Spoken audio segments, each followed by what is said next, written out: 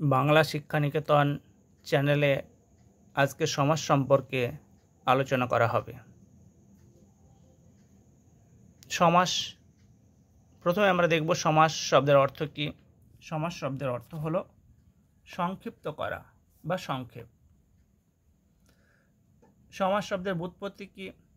ব্যুৎপত্তি হলো সম পূর্বক অস যুক্ত অ সমান সমাস। সমাস কাকে বলে? পরস্পর অর্থ সম্পর্কযুক্ত দুই বা ততোধিক পদের এক পদে পরিণতি লাভের নাম সমাস। এখানে দেখো উদাহরণ হিসেবে আমরা বলতে পারি বিনা পানিতে যার সমান বিনা পানি।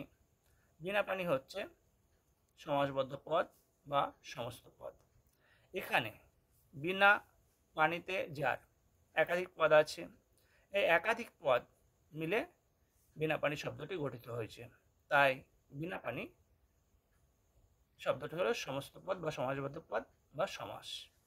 এখন আমরা জানব যে পরস্পর অর্থ সম্পর্কযুক্ত এর অর্থ কী। পরস্পর অর্থ সম্পর্কযুক্ত কথাটির অর্থ হলো পাশাপাশি অবস্থিত পদগুলির মধ্যে অর্থ এবং ধারণাগত সম্পর্ক। সমাসে কতগুলো পরিভাষা আছে। সমাস সেই পরিভাষাগুলো আমাদেরকে প্রথমেই জানতে হবে। যে পরিভাষাগুলো কী কী?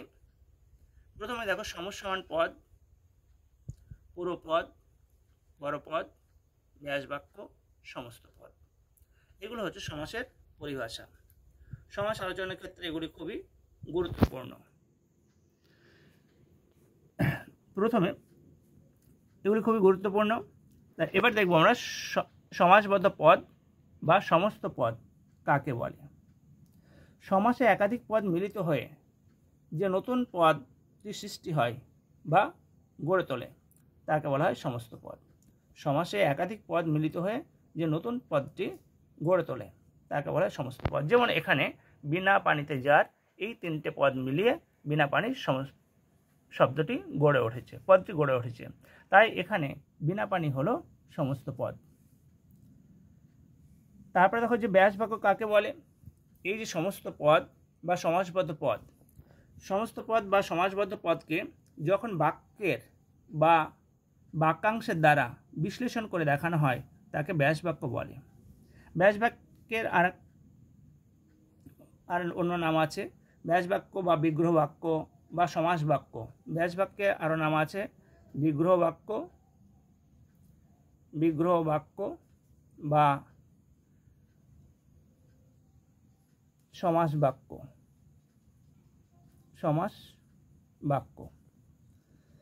আর ব্যাস কথার অর্থটা মনে রাখবে। ব্যাস কথার অর্থ হচ্ছে বিস্তার। ব্যাস কথার অর্থ হলো বিস্তার। এখানে লেখা আছে ব্যাস কথার অর্থ বিস্তার। এখানে ব্যাস বাক্য কোনটি? বিনা পানিতে যার, এটা হচ্ছে পুরোটা ব্যাস বাক্য, পুরোটা ব্যাস বাক্য। বা এখানে লেখা আছে তোমার রাজার পুত্র, এই যে রাজার পুত্র, রাজপুত্র, রাজার পুত্র, এটা হচ্ছে ব্যাস বাক্য, এই পুরোটা ব্যাস বাক্য। ব্যাস বাক্য। তারপরে দেখো যে সমসমান পদ। সমসমান পদ যেসব পদের সমন্বয়ে সমস্ত পদটি গড়ে ওঠে।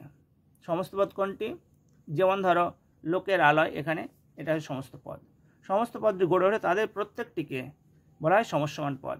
এখানে দেখো লোকের আলয়, লোকালয়, এই সমস্ত পদটি গড়ে উঠেছে কোন কোন শব্দের সাহায্যে? লোকের আর আলয়। তাই এই লোকের আর আলয়, এই দুটোকে সমসমান পদ বলা হচ্ছে।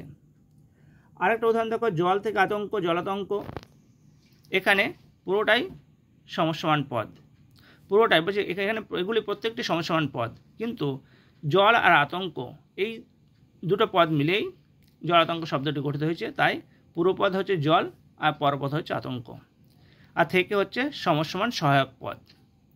এই সমসমান পদগুলোর মধ্যে আবার পুরোপদ ও পরপদ আছে। পুরোপদ দেখো একাধিক সমসমান পদের যে পদটি প্রথমে থাকে, বলছে একাধিক সমসমান পদের মধ্যে যে পদটি প্রথমে থাকে তাকে পুরোপদ বলে।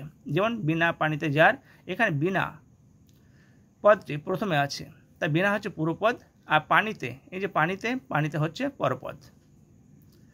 আর পরপদের আরেকটা নাম আছে উত্তরপদ। পরপদ বা উত্তরপদ কাকে বলে? যে সমস্যমান পদটি পরে থাকে, যে সমস্যমান পদটি পরে থাকে তাকে বলে পরপদ। যেমন রাজার পুত্র, তা পুত্র এখানে পরে আছে, তা পুত্র হচ্ছে পরপদ। এই হলো সমাসের পরিভাষাগুলো আলোচনা এবং সমাস কাকে বলে তার একটি ছোট্ট আলোচনা। আশা করি তোমরা সকলেই বুঝতে পেরেছো।